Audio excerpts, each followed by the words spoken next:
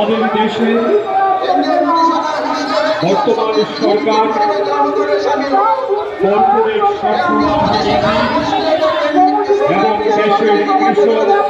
এবং দেশের কৃষক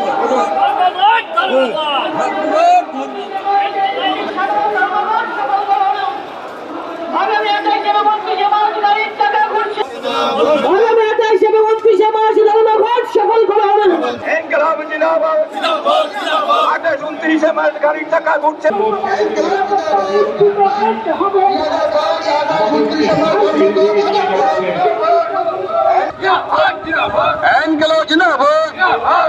কেন্দ্রীয় মোদী সরকার হুঁশ ফিরে দেখ শ্রমিক কৃষক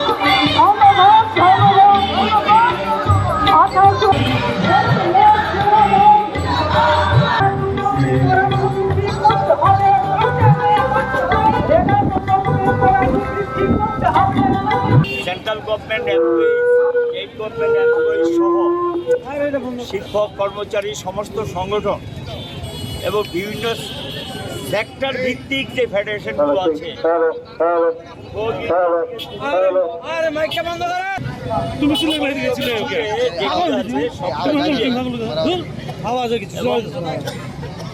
এরা মিলিয়ে ধর্মঘটটা আহ্বান করেছে। ধর্মঘটের জন্য ধর্মঘট হয় না, ধর্মঘটে যেতে বাধ্য করেছেন কেন্দ্রীয় সরকার। যে প্রতিশ্রুতি তারা দিয়েছেন সেগুলি রক্ষা করেননি। 12 দফা দাবিতে এই আন্দোলন 1991 সাল থেকে শুরু হয়েছে। এই আন্দোলন দফায় দফায় দফায় দফায় চলছে। এটা গিয়ে 21 নম্বর ধর্মঘটে গিয়ে পদার্পণ করেছে। এই যে ধর্মঘটটা, এই ধর্মঘট যাতে না করা হয় তার জন্য কিন্তু গভর্নমেন্ট অফ ইন্ডিয়াকে বলা হয়েছিল আলোচনায় বসুন। তারা আলোচনায় বসেন না, শেষ পর্যন্ত বাধ্য হয়ে ধর্মঘটটা আহ্বান করা হয়েছে। দাবির মধ্যে উল্লেখযোগ্য যে দাবিগুলো, আপনারা জানেন যে দেশের রাষ্ট্রায়ত্ত সম্পদ সব বিক্রি করে দিচ্ছে, কিচ্ছু রাখবে না। সবই যদি বিক্রি করে দেয়, দেশটার মধ্যে সরকার কি দায়িত্ব শুধু বিক্রি করা? কোনো সম্পদ তো সৃষ্টি করতে পারছেন না, সবই তো বিক্রি করে দিচ্ছেন।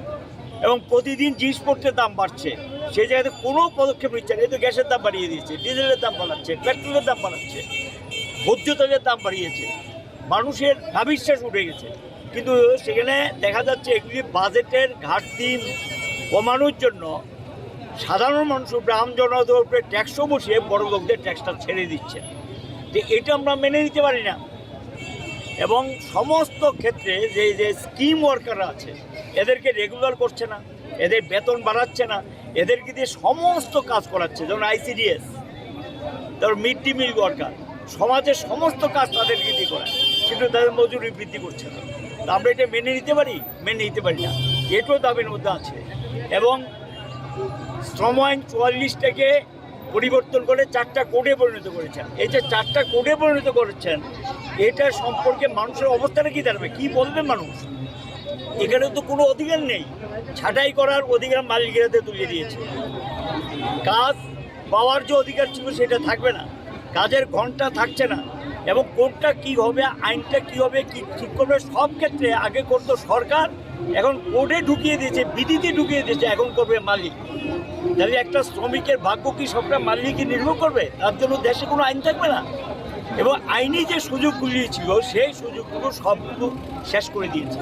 এটাও দাবির মধ্যে আছে যে 4টা যে বিধি চালু করেছে, বিধিগুলো বাতিল করতে হবে, কোড বাতিল করতে হবে। এবং আগের আইনে যে রক্ষা কবচগুলো ছিল সেই রক্ষা কবচগুলো ফিরিয়ে আনতে হবে।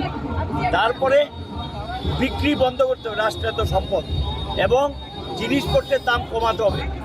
এই সমস্ত আর কৃষকদের যে সমস্যাগুলো আছে এগুলো নিয়েও দেখা যায় যা প্রতিশ্রুতি দিয়েছেন সেই প্রতিশ্রুতিগুলো রক্ষা করে, এবং তাদের মামলা প্রত্যাহার করার কথা করেননি, তাদের মিনিমাম সাপোর্ট প্রাইস দেওয়ার কথা দেননি, ঘোষণা দিয়েছেন কিন্তু কার্যকর করেননি।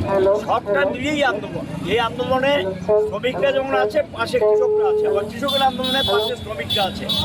আজকে বিজেপি গভর্নমেন্ট 5টা রাজ্যে ইলেকশনের পর আরও ব্যাপক হয়ে গেছে, আরও আক্রমণ বাড়িয়ে দিয়েছে। এটা কি চলবে?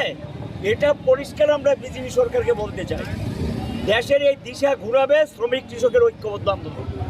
শ্রমিকরা রাস্তায় নামছেন, কৃষকের পাশে আছে। আগামী দিন শ্রমিক কৃষকের ঐক্যবদ্ধ আন্দোলনেই আজকে দেশে যে অত্যাচার নামিয়ে এনেছেন, মানুষের অধিকার কেড়ে নিচ্ছেন, আমাদের রাজ্য আমরা যদি লক্ষ্য করি, আমি কথা বলতে পারি না, ইউনিয়ন করতে পারি না, স্বাধীনভাবে মতামত প্রকাশ করা যায় না।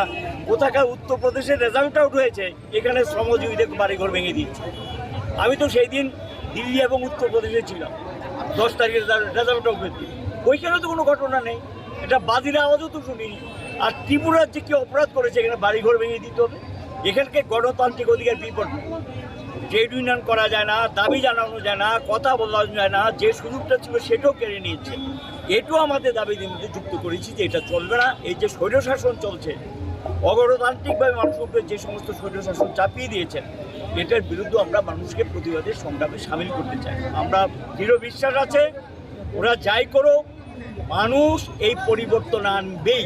ভারতবর্ষে অতীতেও যারা শ্রমজীবী গরিব মানুষ রাম জগন্নাথ এই ধরনের আক্রমণ করেছেন, মানুষের অধিকার কেড়ে নিয়েছেন, উপযুক্ত জবাব মানুষ তাদেরকে দিয়েছেন। আমরা দৃঢ় বিশ্বাস নিয়ে আন্দোলনে নেমেছি, এই আন্দোলনের প্রভাব পড়বে।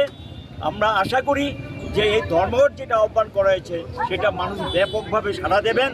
ভয় ভীতি উপেক্ষা করে মানুষের মন একটা কিছু চাইছে, একটা আন্দোলন চাইছে, একটা প্রতিবাদ চাইছে। এই প্রতিবাদের জন্য এটা আমরা আহ্বান করেছি। আমাদের ধারণা এই প্রতিবাদী সংগ্রামে সকল অংশের মানুষ এগিয়ে আসবে। আমরা উদাত্তভাবে অনুরোধ করব, সকল অংশের মানুষ, আপনি যেই দল খুশি সেই দল করেন। যেমন এই যে ট্রেড ইউনিয়নের মধ্যে সকল দলের ট্রেড ইউনিয়ন আছে, এই আহ্বান, ইভেন বিএমএস তারাও কোর্টের বিরোধিতা করছে, কিন্তু আন্দোলনে নামছে না। এরাও কিন্তু এটা কোর্টের বিরোধিতা করেছে, শ্রম কোর্টে। সেখানে গিয়ে আমরা আবেদন করব, দলমত নির্বিশেষে সকলেই এই ধর্মঘটের সামিল হন। এই ধর্মঘট কোনো ব্যক্তির না, কোনো বিশেষ না, সকল অংশে মানুষের 12 দফা দাবি নেই এই গণ আন্দোলন। এই আন্দোলনে আমরা অনুরোধ করব সকলের সামিল হয়ে এটাকে একটা সর্বাত্মক রূপ দিই।